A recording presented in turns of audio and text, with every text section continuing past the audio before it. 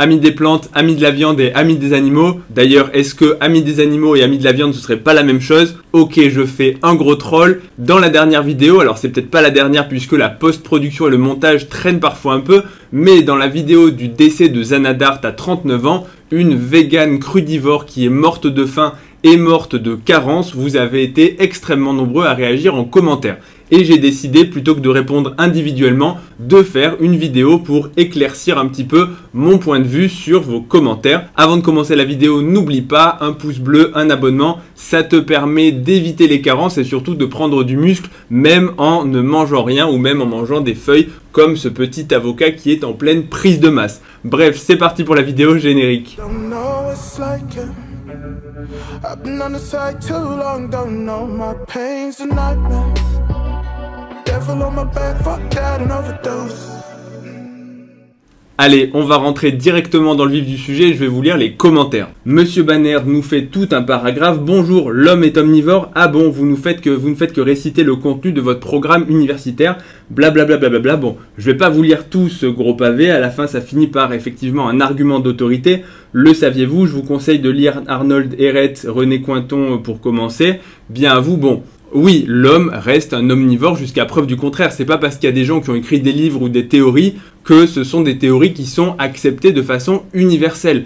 Et moi aussi, si demain, en tant que grand youtubeur, j'écris ma propre théorie pour dire que finalement, l'homme ne doit manger plus que des protéines en poudre et de la whey, eh bien, ça veut pas dire que j'ai raison, même si je vais te l'exposer par A plus B avec des théories qui, sur le papier, sont tout à fait, on va dire, sensées. Parce que quand on lit parfois des théories qui sont fausses, en les lisant, pour peu qu'elles soient racontées avec un petit peu de, on va dire, quelque chose, une histoire qui est cohérente, qui est logique, on peut tout à fait se laisser convaincre, surtout quand justement, on n'a pas de connaissances particulières en alimentation. Mais si on l'étudie et qu'on connaît justement les besoins vitaminiques, et notamment la vitamine B12, j'ai du mal à penser que dans la nature, un être humain ne puisse se nourrir que de végétaux. Sinon, la vitamine B12 est par définition absente. Je ne dis pas que l'être préhistorique se nourrissait de 300 ou je sais pas combien, 250 kg de viande par habitant et par an, parce que ça c'est clairement énorme et j'en ai déjà parlé dans les questions précédentes et c'est un extrême.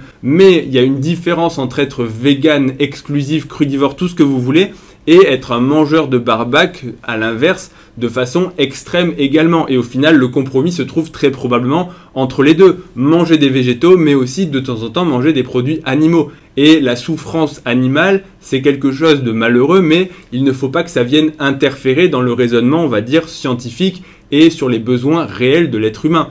En fait, c'est deux choses qui sont totalement différentes. La souffrance animale, c'est un débat, on va dire, éthique, moral, et les besoins physiologiques du corps humain en termes énergétiques, en termes de macronutriments et de micronutriments, c'est quelque chose qui, je suis désolé de le dire, ne tient pas compte de la souffrance animale, puisque dans la nature, la souffrance animale, c'est quelque chose, c'est un débat, on va dire, une question qui ne se pose même pas. Et si vous allez dans la jungle, dans les safaris, combien de vidéos d'animaux qui s'entretuent, qui se mangent vivantes, les mantes religieuses. Non mais excusez-moi, la souffrance animale, quand tu vois la mante religieuse qui mange ses proies vivantes, ou alors quand tu vois le babouin qui dévore l'antilope encore vivante en commençant par les jambes, ce sont des vidéos absolument abominables.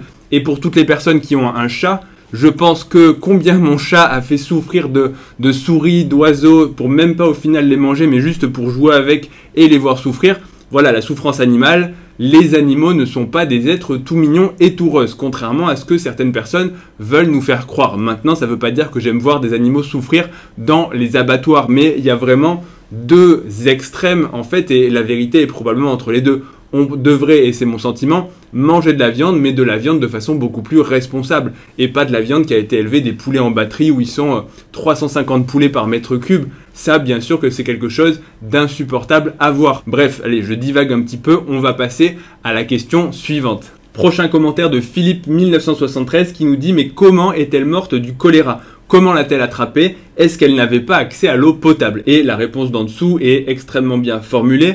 Le choléra, c'est une maladie bactérienne qui est globalement, je ne vais pas dire absente, elle existe encore dans les pays industrialisés qui ont accès effectivement à l'eau potable, qui ont l'hygiène, on se lave les mains, etc. Il y a tout un respect des normes d'hygiène dans l'alimentation. Les personnes, que ce soit dans les restaurants, dans la chaîne de l'agroalimentaire, il y a des normes d'hygiène, il faut se laver les mains, il faut mettre des tenues spéciales, etc. pour ne pas manipuler l'eau ou les aliments avec des mains souillées. Souillées, ça veut dire en gros avec des excréments, avec ce qu'on appelle le péril orofécal, c'est-à-dire en gros le fait de ne pas s'être lavé les mains après être allé aux toilettes et mettre les mains dans la nourriture, mettre les mains dans l'eau, puisqu'ensuite ça fait des bouillons de culture. Donc comment est-ce que c'est arrivé? Eh bien il faut savoir qu'elle vivait au Sri Lanka, qui est un pays qui est en voie de développement, où il n'y a pas les mêmes normes d'hygiène qu'ici. Il y a des maladies qui sont beaucoup plus fréquentes, et plus vous avez de personnes qui sont contaminées, et plus il va y avoir la propagation. En fait, c'est logique. Si en France, il n'y a que quelques personnes qui sont malades, elles peuvent transmettre le virus. C'est pour ça que parfois, il y a des petites épidémies. Si le mec qui te prépare ton kebab, alors je dis le kebab, mais ça pourrait tout à fait être à la Tour d'Argent à Paris, hein, le mec qui ne sait pas laver les mains et qui est porteur du choléra, ou de la même façon de l'hépatite A, ou toutes les maladies qui sont transmissibles de la même façon, il va aux toilettes, il a une bonne grosse diarrhée, il se lave pas les mains. Je suis désolé, hein, on est très glamour dans cette vidéo, j'espère que vous regardez pas la vidéo en mangeant votre petit-déj ou votre repas du soir. Bref, il va aux toilettes, il se lave pas les mains, il tripote ton plat, il met les doigts dans ta sauce et dans ton poulet, et ensuite il vient te le servir. Et toi, tu le manges naïvement en te disant bon bah c'est bon, je suis dans un bon restaurant, et toi aussi tu vas choper une bonne gastro, tout simplement parce que tu auras été contaminé. Mais ça c'est quelque chose de rare, alors que si tu vas dans un pays en voie de développement où beaucoup de personnes sont malades, tu as plein de réservoirs de bactéries dans l'eau, dans les étals, dans les fruits et légumes, et donc tu as toi-même beaucoup plus de chances de l'attraper. Donc le choléra, c'est une maladie qui est réelle, qui tue de nombreuses personnes chaque année, et qui s'attrape justement soit par l'eau, alors justement non potable, et si tu vas en Inde, si tu vas en Thaïlande, il y a plein d'endroits où l'eau n'est pas potable. Alors oui, les locaux peuvent arriver à la consommer parce que soit ils ont développé leur immunité.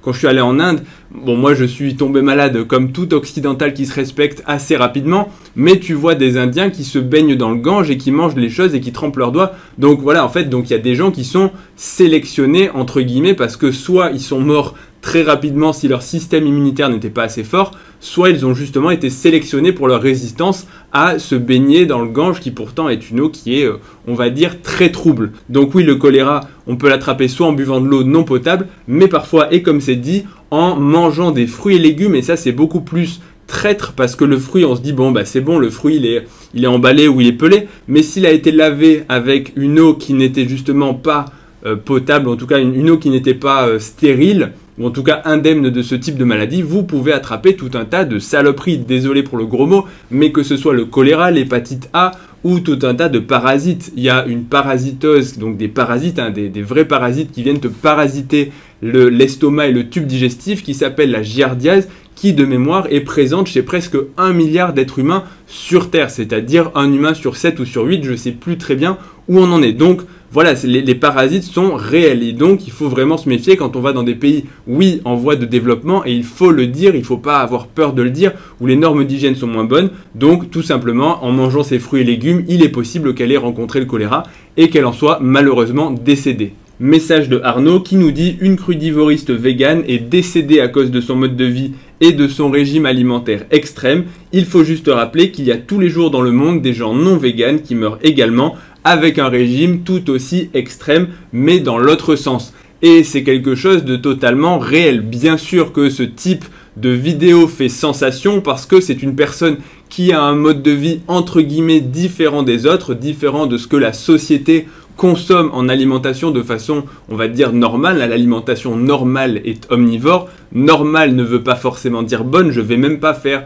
de jugement ni de valeur ni de jugement médical. Je vais simplement dire que la moyenne des gens consomment des produits animaux. Donc quand on est vegan crudivore, oui, on a un mode de vie extrême. De la même façon qu'il y a des gens qui vont être extrémistes dans leur consommation de fast-food, de malbouffe à manger. Alors je vais caricaturer à dire qu'il y a des gens qui mangent au McDo à tous les repas, mais pourtant c'est bien sûr quelque chose de réel. Et si vous regardez de nombreux reportages sur, alors en général c'est plutôt aux États-Unis, quand on regarde les reportages sur les mecs qui vont bouffer au Heart Attack Grill, le fameux burger des États-Unis qui se revendique comme le plus gras du monde et qui va vous envoyer en cardiologie, donc me faire travailler beaucoup plus. Merci, alors heureusement pourvu que ça n'arrive pas jusqu'en France. Et bien sûr, c'est évident que ces personnes-là ne seront pas en bonne santé quand on mange n'importe quoi, quand on est en obésité morbide et qu'on continue de s'alimenter n'importe comment. Mais je pense que pour la plupart des gens, ce type de comportement est beaucoup plus évident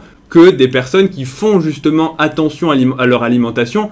Une personne qui est végane crudivore, elle a réfléchi consciemment son mode de vie et son alimentation, ce qui n'est, je pense, pas le cas des personnes qui vont au fast-food à tous les repas. En général, c'est plus par, entre guillemets, fainéantise, paresse, ou je sais pas quelle raison, peut-être l'appât, on va dire, du goût, le plaisir de manger ce type d'aliment et parfois une certaine forme de dépendance. Mais je pense que si vous allez dans un McDo et que vous demandez aux gens qu'est-ce qu'ils mangent et quelles sont leurs connaissances, si vous les interrogez en nutrition, ça va être proche du zéro. Bien sûr, il y aura des exceptions. Et si vous posez la question à des véganes de façon, on va dire, avec des vraies questions de nutrition, la plupart sauront vous répondre, tout simplement parce que la plupart des véganes, et ça, je persiste et je signe, sont renseignés sur l'alimentation. Tout simplement parce que pour construire un régime vegan, il faut s'être posé une question consciente de quelle alimentation on souhaite, que ce soit pour sa santé, que ce soit pour des convictions, on va dire, je vais pas dire religieuses, mais pour la souffrance animale, pour la pollution, ou pour ce que vous voulez. Mais bien sûr que l'autre type de régime extrême, dans l'autre sens, version malbouffe, fait beaucoup plus de dégâts que le véganisme.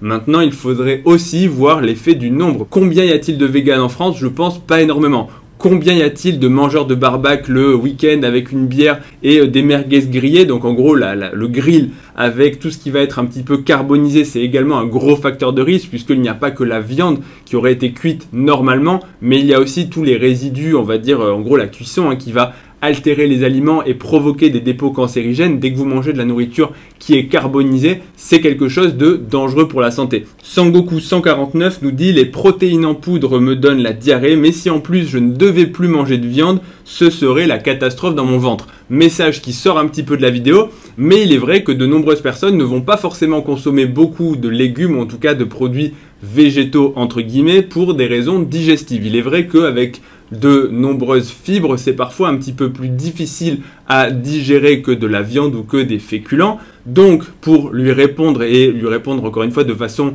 très rapide, les protéines en poudre, ça dépend un petit peu de la source. Il y a des protéines en poudre qui vont provenir du lait, notamment la whey, la caséine, etc. J'ai fait d'ailleurs une vidéo sur les protéines en poudre et le mal de ventre. C'est une vieille vidéo, mais je vous invite quand même à aller la visionner si vous voulez des précisions à ce sujet. Et très souvent, c'est en lien avec soit une mauvaise qualité de votre protéine, s'il y a un peu n'importe quoi dedans, ou alors des protéines ou des additifs, on va dire, que vous ne tolérez pas. Notamment, le plus souvent, ce sera pour les protéines de lait, du lactose. L'autre chose, ça reste quand même pour les protéines végétales en poudre qui ont beaucoup la cote, mais elles sont parfois assez mal tolérées sur le plan digestif. Tout simplement parce que la qualité de ce type de protéines, c'est pas que c'est de la mauvaise qualité, c'est que les modes de production, les modes d'extraction, c'est beaucoup plus difficile d'extraire des protéines depuis des végétaux. Il y a plus de transformation chimique que d'extraire des protéines du lait ou de protéines entre guillemets animales. Donc il faut se méfier, mais parfois c'est simplement des problèmes digestifs et il faut trouver simplement un type de protéines en poudre qui va être adapté. Et pour les légumes et les aliments riches en fibres, il faut en général y aller progressivement, mais pour la plupart des gens, on va dire que ça peut passer.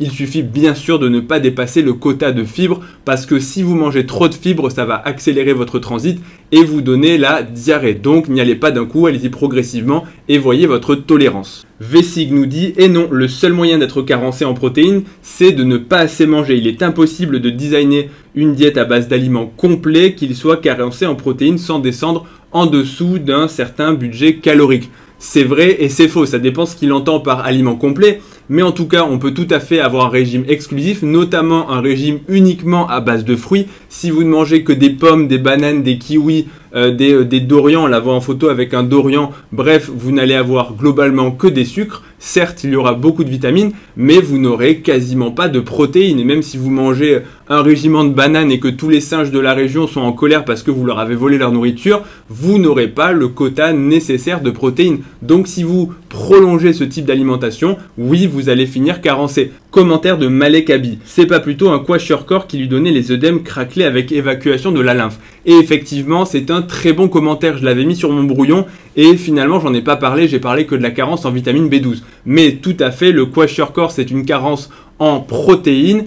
Et la carence profonde en protéines, ça va en fait provoquer des œdèmes et le mécanisme il est assez simple à comprendre.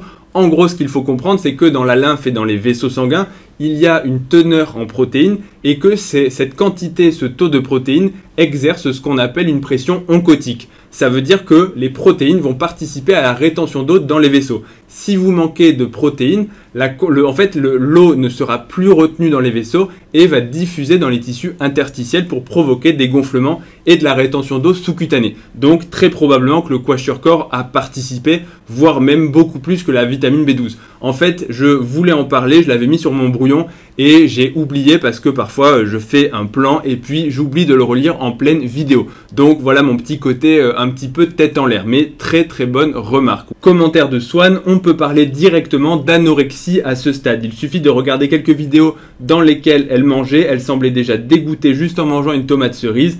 Et effectivement, j'ai pas voulu en parler véritablement parce que l'anorexie mentale, c'est un diagnostic psychiatrique et que je ne la connais pas et que c'est très difficile de porter ce type de jugement, et c'est même plus qu'un jugement, c'est un diagnostic médical, simplement en regardant le comportement de gens, en se basant sur des déclarations, et j'avais pas forcément envie de franchir cette ligne. Et effectivement, on peut, et d'autres commentaires l'ont dit, mais je vais pas tous les citer, on peut se cacher parfois sur du véganisme, du végétarisme ou certaines, on va dire, modes alimentaires, tout simplement pour cacher un trouble du comportement alimentaire et pour réduire ses quantités, pour éliminer certains types d'aliments. Mais effectivement, elle était dénutrie et je pense que toute personne saine d'esprit en se regardant dans le miroir, une personne qui ne souffrirait pas de dysmorphophobie, c'est-à-dire qui se verrait réellement comme elle est dans le miroir, se rendrait compte qu'elle manque de calories et qu'elle est en train de perdre du poids. Donc oui, je pense que ce commentaire, encore une fois, et vous êtes nombreux à avoir parlé d'anorexie mentale, c'est quelque chose de réel. Maintenant, les articles n'en parlaient pas,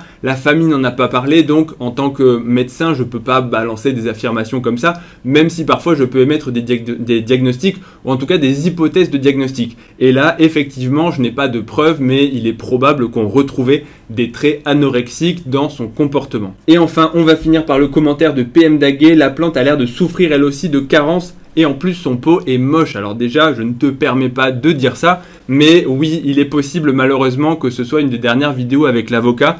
Il a perdu énormément de feuilles l'hiver dernier, il a fait un régime lui aussi vegan. Il est actuellement, je pense, en train d'avoir ses dernières feuilles et de les perdre. Donc probablement, il va falloir lui dire adieu. J'en suis très triste, mais je crois qu'il n'y a pas grand chose qu'on puisse faire à part peut-être l'envoyer en réanimation, mais je pense que si j'appelle le réanimateur de garde, il va me raccrocher au nez. Bref, j'espère que la vidéo et ses réponses aux commentaires vous auront apporté des petites précisions. Si la vidéo vous a plu, n'oubliez pas, un pouce bleu, un abonnement. Bien sûr, dites-moi aussi ce que vous en pensez, parce que ça ne reste que mon opinion. J'ai beau être médecin, je suis forcément biaisé dans mes réponses et dans mes convictions, parce que je ne suis pas qu'une encyclopédie, sinon vous allez voir ChatGPT et lui, il va vous donner des réponses factuelles. Moi, forcément, j'ai aussi des convictions et des croyances. N'oubliez pas non plus, retrouvez-moi sur Instagram et sur TikTok, ledoc.pm et je vous dis à bientôt pour la prochaine vidéo. Salut!